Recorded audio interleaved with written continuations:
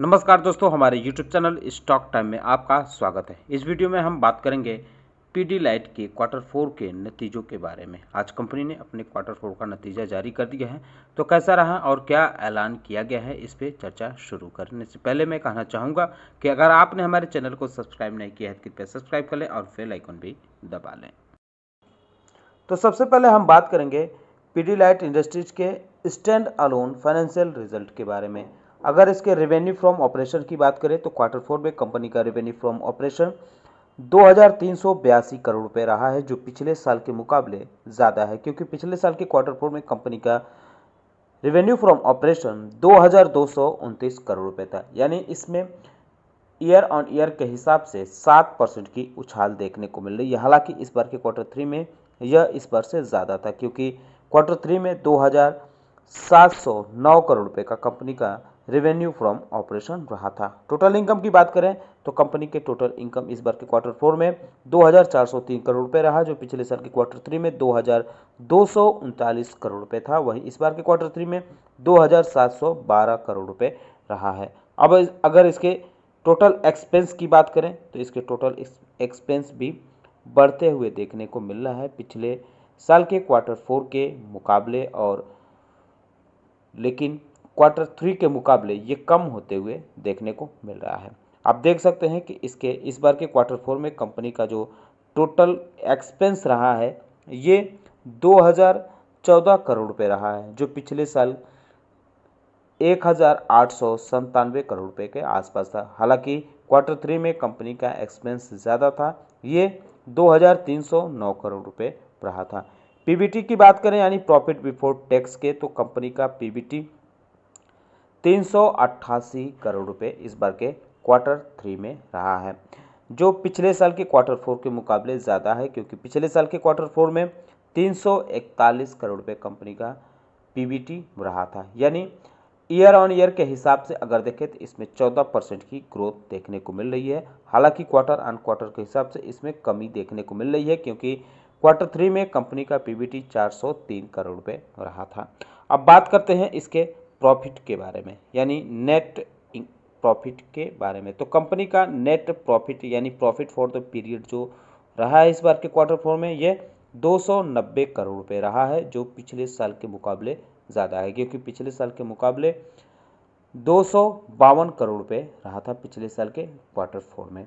यानी इसमें 15% की ग्रोथ देखने को मिल रही है ईयर ऑन ईयर के हिसाब से। हालांकि क्वार्टर ऑन क्वार्टर के हिसाब से देखें तो इसमें कमी आते हुए नज़र आ रही है, क्योंकि क्वार्टर 3 में यह 296 करोड़ रुपए था।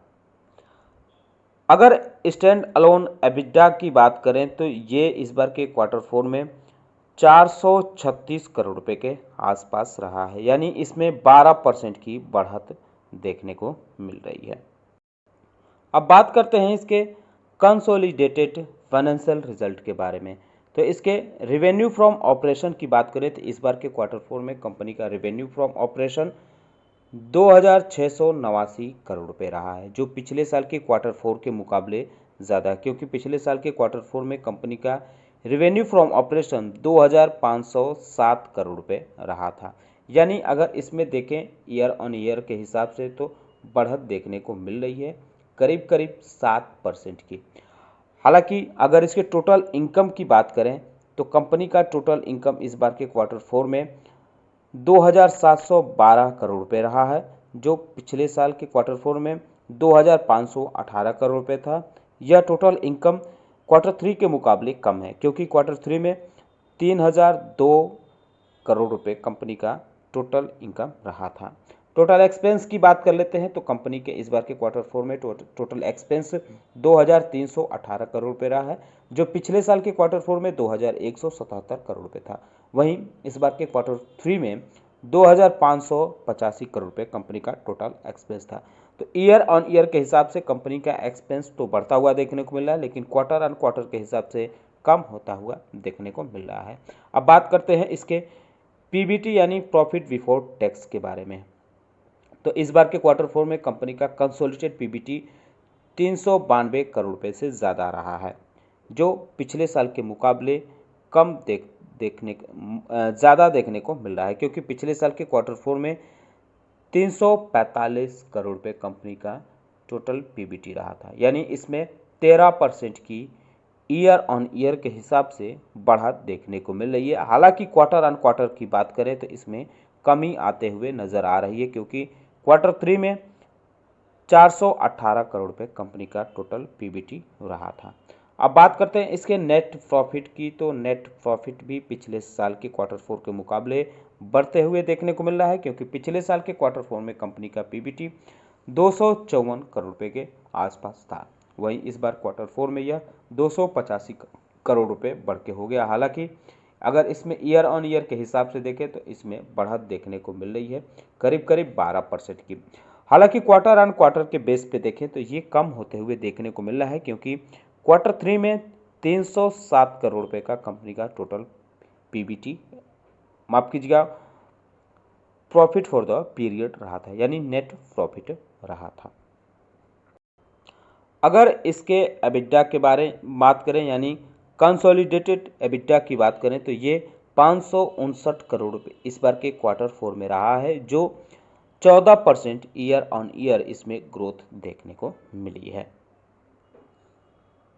कंपनी के बोर्ड ऑफ डायरेक्टर ने फाइनल डिविडेंड का भी प्रस्ताव रखा है। ये डिविडेंड 11 रुपये पर शेयर के हिसाब से दिए जाएंगे।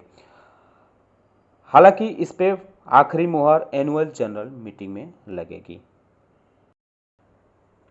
अगर हम इसके पिछले कुछ सालों के कंसोलिडेटेड रेवेन्यू की बात करें तो इसमें आप देख सकते हैं कि 2018 में कंपनी का कुल कंसोलिडेटेड रेवेन्यू 6078 करोड़ रुपए था, जो 2019 में बढ़कर 7077 करोड़ रुपए हो गया। 2020 में यह बढ़कर 7294 करोड़ रुपए हुआ। 2021 में ये कम हो गया था, 7292 करोड़ रुपए रहा था, लेकिन 2022 में यह 9920 करोड़ रुपए हो गया था। नेट प्रॉफिट की बात करें तो कंपनी का कंसोलिडेटेड नेट प्रॉफिट 2018 में 961 करोड़ रुपए रहा था, जो 2019 में घटकर 924 करोड़ रुपए पे आ गया था। हालांकि 2020 में इसमें उछाल आई, 1119 करोड़ रुपए इसने नेट प्रॉफिट बनाया था। 2021 में 1122 करोड़ रुपए रहा, जबकि 2022 में 1194 करोड़ रुपए कंपनी का नेट प्रॉफिट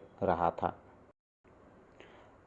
आज के इसके शेयरों के परफॉर्मेंस की बात करें तो आज इसके शेयर दबाव में रहे, मामूली गिरावट रही। हालांकि इसमें उथल पुथल ज़्यादा रहा, इसने 2470 रुपये के आसपास का लो भी बनाया था। अगर इसके पिछले 5 दिनों के परफॉर्मेंस की बात करें तो 1% की उछाल है, एक महीने में 4% से ज़्यादा की उछाल देखने को मिल रही है। हालांकि 6 महीने की बात करें तो 7.5% के आसपास इसमें गिरावट नज़र आ रही है। एक साल की बात करें तो इसमें 11% से ज़्यादा का प्रॉफिट नज़र आ रहा है।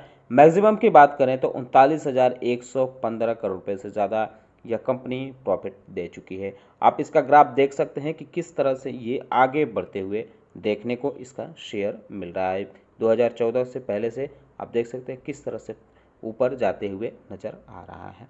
बहरहाल कल देखना होगा कि इसके रिजल्ट का असर इसके शेयरों पर कैसा रहता है। आप इस पर नज़र बनाए रख सकते हैं।